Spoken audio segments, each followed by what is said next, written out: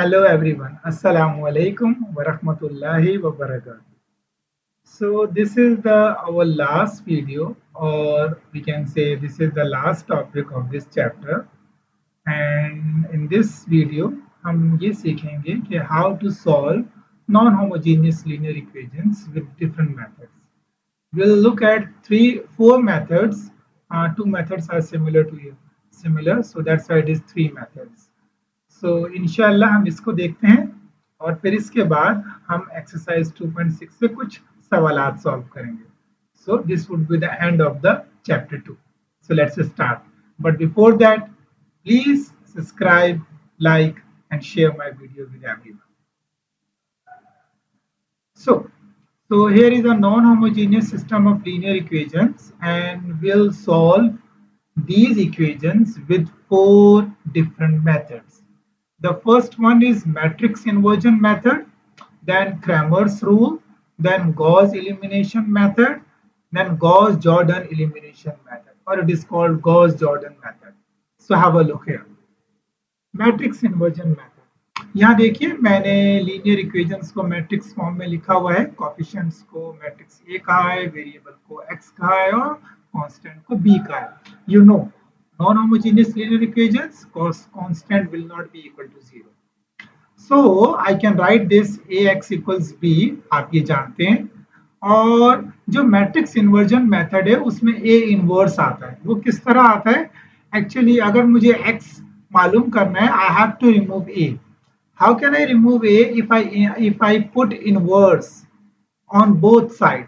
Of course मुझे both side put करना पड़ेगा. सो मैंने A inverse both side put किया. अब आप ये जानते हैं, अगर आपको प्रॉपर्टी मालूम है, A inverse multiply by A, अगर आप ए इनवर्स को ए से मल्टीप्लाई करें, so that would be equal to I, and it is identity.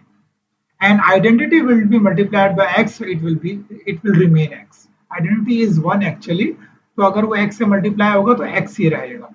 So this is the formula which is used for matrix inversion method. X equals A inverse B. और आप जानते हैं A inverse, we have a formula adjoint of A over determinant of A. So it's a lengthy method, but we use this method. Now let's come. अच्छा, एक इस method की restriction है, वो ये है कि this method will be applicable only consistent system, and in consistent it will be applicable only unique solution.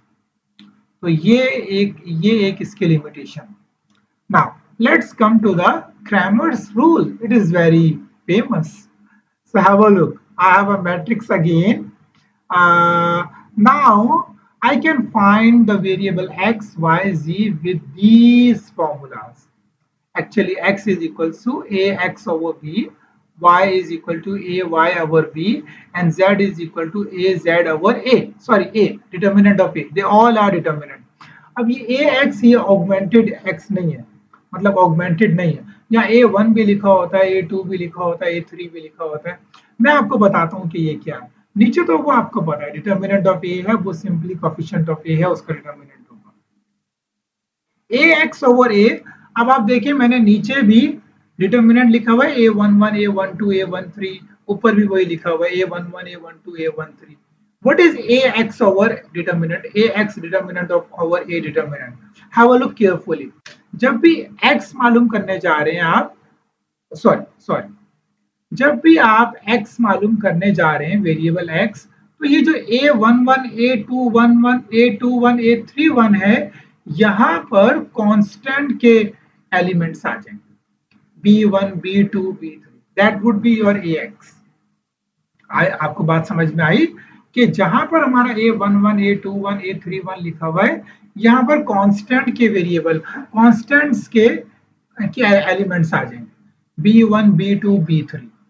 और अगर आप ए वाई मालूम करने जा रहे हैं, वेरिएबल वाई मालूम करने जा रहे हैं, तो सेकंड कॉलम में है वो कांस्टेंट के एलिमेंट्स आ जाएंगे. फर्स्ट कॉलम में नहीं, सेकंड कॉलम में कांस्टेंट के एलिमेंट आ जाएंगे अगर आप वाई मालूम करने जा रहे हैं. और अगर आप जेड मालूम करने जा रहे हैं, तो थर्ड कॉलम में कांस्टेंट के एलिमेंट्स आ जाएंगे. Simply this is your A Z. So मेरे ख्याल से मैं दोबारा रिव्यू कर देता हूं. अगर आप ए एक्स मालूम करने जा रहे हैं या एक्स वेरिएबल मालूम करने जा रहे हैं तो फर्स्ट कॉलम में कांस्टेंट के वेरिएबल आएंगे। अगर आप ए वाई मालूम करने जा रहे हैं तो सेकंड कॉलम में कांस्टेंट के वेरिएबल आएंगे। अगर आप ए जेड मालूम करने जा रहे हैं तो थर्ड कॉलम में कांस्टेंट के वेरिएबल आएंगे। This is simply X Y Z and this is all about the Cramer's rule. We'll solve the question. Inshallah, you look over there. Or still, agar if you need any help, please write in the comment box. I'm here to help you. Now, Gauss elimination method. It is very famous method. Have a look here. We have a matrix. We have a system of linear equation in matrix form. We use Gauss elimination method by converting matrix A into augmented matrix. और मैंने देखा है कि augmented matrix किस तरह है, वो जो कांस्टेंट के वेरिए एलिमेंट्स हैं वो ऐड हो जाएंगे एज अ कॉलम और फिर हम उसको रिलेटिवली सॉल्व कर रहे होंगे ए सेमीकोलन बी मैट्रिक्स। तो this will be Gauss elimination method. अच्छा, अब इसको सॉल्व कर रहे होंगे तो हम क्या कर रहे होंगे, actually we will convert that one into equivalent form. तो फिर जब हमारे इक्वेशन बन जाएंगी तो उस इक्वेशन को सॉल्व करेंगे सिंपली, ये हम करेंगे। अच्छा, गॉस जॉर्डन मेथड क्या है, वो भी बहुत सिंपल है। Have a look here carefully, बिल्कुल वही है। आप ऑगमेंटेड मैट्रिक्स निकालेंगे, आप उसको रिड्यूस इक्विवेलेंट फॉर्म में कन्वर्ट करेंगे simply. This is Gauss not Gauss elimination method, Gauss Jordan elimination method.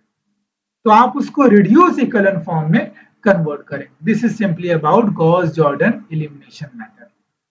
I hope you have understood all of these methods. Inshallah, we'll solve some questions in the next video. So I'll help you over there if you need any help. So Allah Hafiz, and please subscribe, share and like my channel.